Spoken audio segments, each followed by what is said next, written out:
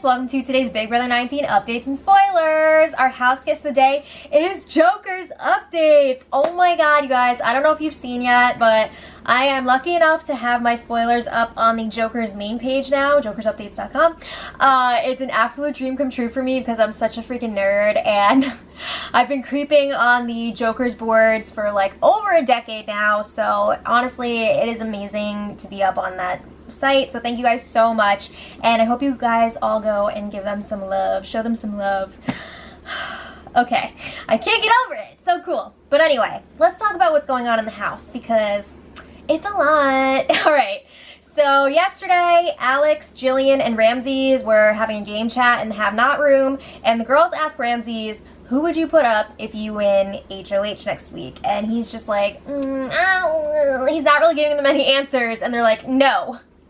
We need to go after the couples. I know it's crazy and it's like risky, but what other choice do we have? We have to do it. And they're like, as crazy as Josh is and as annoying as he is, we need him for numbers. Yes, I'm so glad that they're realizing this, because if they win HOH next week and take out Josh, they are killing their own games. So anyway, Ramses leaves and their chat continues, and Alex is freaking foaming at the mouth. She is ready for the next HOH competition. I am so excited. I think that Alex is turning out to be a really great competitor, and I really hope that she does win the next HOH. I think that'd be awesome. So if she does win, she wants to put up Cody and Jessica. Oh shit! Okay. Meanwhile, some of the cool kids were upstairs in the HOH room. We've got Cody, Jess, Raven, Matt, and Paul. They're all talking about next week already, and they're like, yeah, if Alex wins HOH, we're gonna have to convince her to put up Josh. We'll see how that works out. Okay, so a little while later, Dominique was working on some spoken word rhymes in the Apple Lounge, and Josh was in there with her. And she's like trying to figure out this lyric, I guess, and he keeps freaking interrupting her with his, hi America, stuff. Every 5 seconds he's like, hey America, did you see that? I'm a good person. It's annoying. But he kept trying to talk when she was like mid-sentence, and eventually she's just like, do you want me to leave? And he's like, no, I want to talk to you. Like, he definitely was trying to, I guess, talk to her. And she's like, all right, let me give you some guidance here. So she tells him, your actions need to support you saying that you're a good person. You can't just be like, I'm a good person and everyone's gonna believe it. You have to do something that's going to reflect that. So Josh is like, I know, I feel like I really blew it on the first day because this game is really about getting to know people and everybody hates me. So Dominique is like, well, we're cool. Like, I can see that you're growing, you're learning, so just keep that up. It's gonna be okay. Alright, so then Kevin, Paul, and Jason were in the money bedroom. This isn't really that important, but it was just so funny I have to include it. So Kevin is like, yeah, Josh has Dominique trapped in the sex room. They keep calling the Apple Lounge the sex room. Okay, so then they're talking about how ridiculous Josh is, and Kevin is like, yeah, Josh is really lucky that he got safety this week. He better win POV or HOH or HOV or PIMP, because if he doesn't, he's GOING. It was really funny. And then he started singing Leaving on a Jet Plane. Kevin is a gem. Alright, so then Jillian was freaking out because she thinks that Josh told Dominique that she's targeting her. And she's not, but she saw Josh go into the Apple Lounge with her, and then Dominique was saying to Alex like, oh, I know somebody's targeting me, and she wouldn't say who it was. So Jillian is assuming that Josh has told Dominique something like this. So Jillian was venting to Alex, and they're both agreeing like it's really not a good idea to confront Josh. It's not worth it because he will have a freaking breakdown, and it's just gonna make things 1,000 times worse.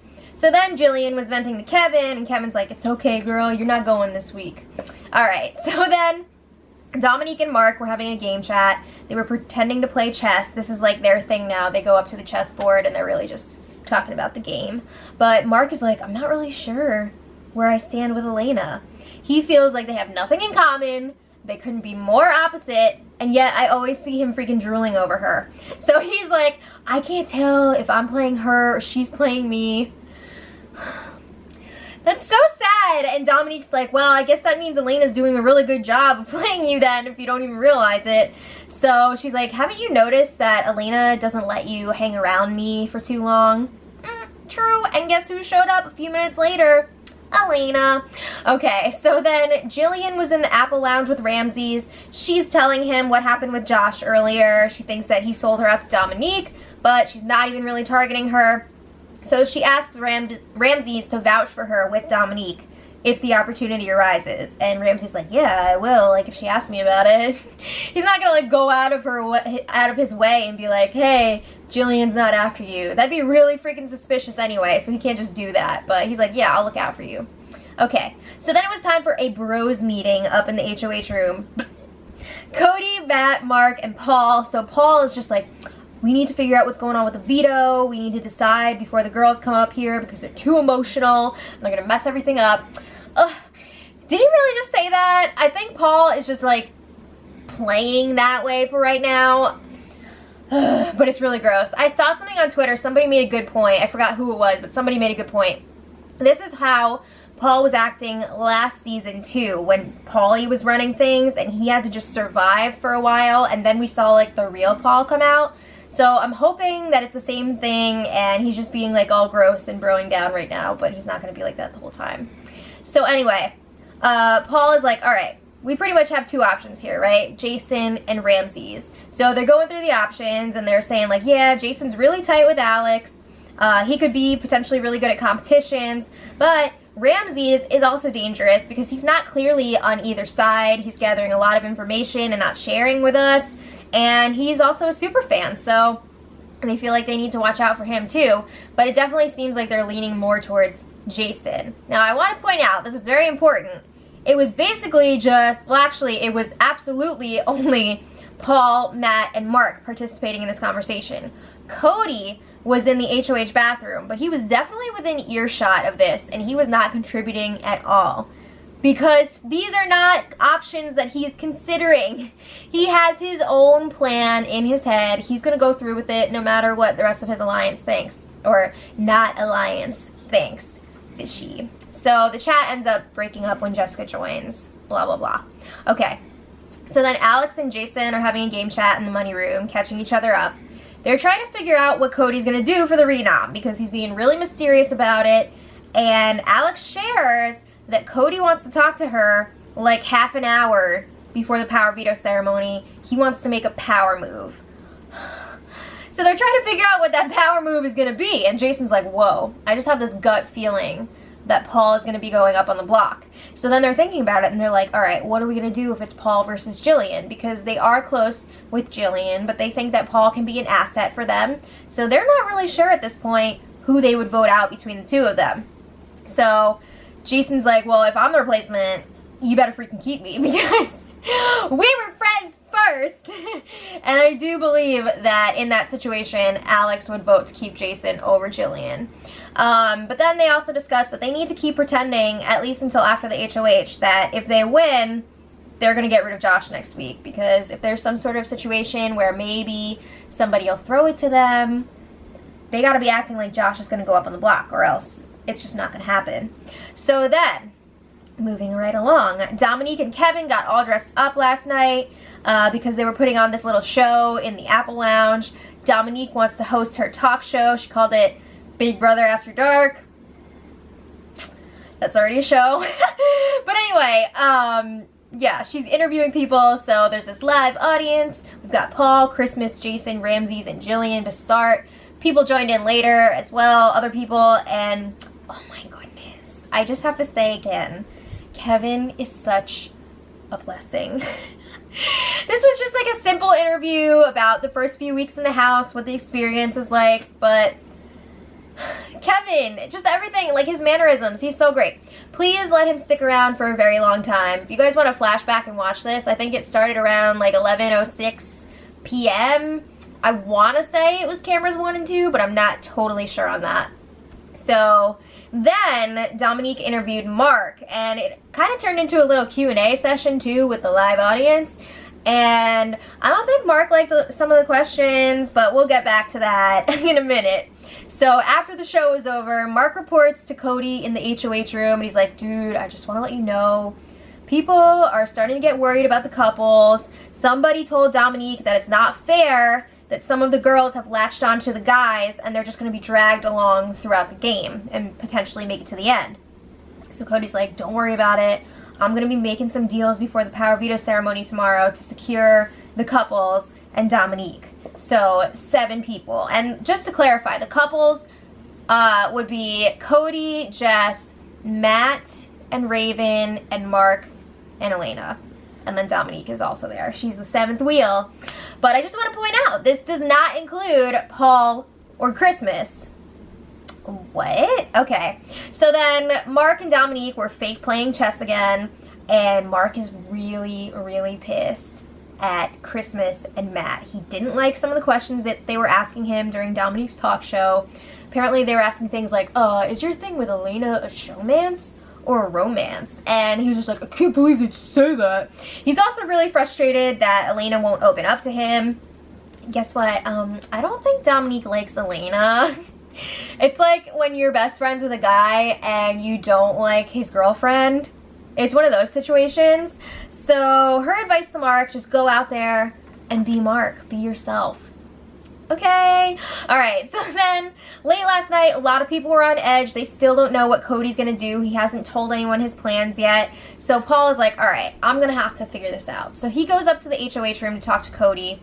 And he's just like, yeah, man, it sucks. You've had to put up so many people this week. Just wait. And he's like, yeah, that's really tough. It's hard being the first HOH. So then Paul's trying to throw some things out there. He's like, I saw Alex, Jillian, Josh, Jason, and possibly Kevin all talking. Maybe they're trying to put something together here. But he was also still trying to, like, make sure that Kevin's good. He's like, maybe not Kevin. I don't know. Maybe he was in the room, but he wasn't really saying anything. Everybody loves Kevin. And Paul's asking Cody, like, have you seen anything weird? Like, have you seen anything strange going on? And Cody is still being really tight-lipped. That is a huge red flag. So a little while later, Cody is alone with Jess, and he finally starts to let her in on his thinking. So he tells her, like, I feel really good about the couples and Dominique when it's just all of us hanging out. Like, it's really comfortable. It's great. But then I feel like Paul and Christmas really bring negativity to the group. They increase the anxiety and the fear in the group, and we can't have that. Ooh, let's see where this is going. So Jessica's like, yeah, I get it, but, like, I do like Paul and I trust him. So she's like, Paul is like my Alex. Oh, stab to the heart. Ow, that really hurt. I shouldn't have done that. So fast forward a little bit. Jessica and Cody definitely did, like, bed stuff last night. I'm gonna leave it there. But it was annoying because all the cameras cut to them. I really wanted to hear story time with the Outcasts in the Apple Lounge. What the hell? We couldn't keep 2 cameras on the lounge? Okay, so then a little while later, Mark and Elena are freaking making out on the bathroom couch. So things are getting really crazy in the house, you guys. Today, Cody and Jason are chatting in the HOH room. It's time for Cody to have all his last-minute meetings. So he tells Jason, you and Alex are the closest to my personality in this game. If somebody said that to me, if Cody said that to me, I would be very alarmed. But anyway, he's telling Jason, if you win HOH next week and you don't put up Dom or any of the couples, I will protect you. You'll be good until the jury. And he makes it clear that Paul and Christmas, again, are not included in this deal. So Cody is saying he wants 11 people to stick together and make it to the jury. So his 6 people, obviously himself, and then 4 others from the other side. So that would be Jason, Alex, Jillian, and then they're like, let's throw Kevin in there too. He's cool. Everybody loves Kevin. Alright, so Jason is like, at first he's like, I don't know if that would be good for my game to not go after couples. And I'm just like, oh my god, just agree and move on. You don't have to stick with it. So eventually Jason does agree. And Cody's like, I'm going to be real with you. I'm taking out one of my own numbers this week. I'm going to even things out a little bit. So then Cody goes ahead and makes the same deal with Alex. And she's really like, I'm not feeling protecting all these people for you. Like, why should you get 7 people And then we only have, like, she only wants to protect 2 people. She's not even, like, including Kevin in this. She's like, yeah, why would I do that? It's not really equal. So Cody just keeps going ahead with the deal, and Alex still, like, she never fully agrees to protect all those people. She's like, you really need to trim the fat there, even as she's walking out of the room. But before she does, Cody asks her for a hug, and I gotta say, he seems really into her. He seems really into her. But anyway, they had the power veto ceremony. Alex used the POV on herself. Then Cody tried to nominate Paul. And Paul was like, woo, I got this Sorcerer's Stone. He pulls out his pendant of protection. He lets everybody know that he is safe for 3 weeks. And then freaking Cody's got to nominate yet another person. This is like the worst HOH ever. He put Christmas up on the block. So now it's Christmas versus Jillian. The fallout from this is insane. We're going to talk about it tomorrow. So make sure you guys check it out. Let me know what you think in the comments of everything that's going on. And until next time, much love.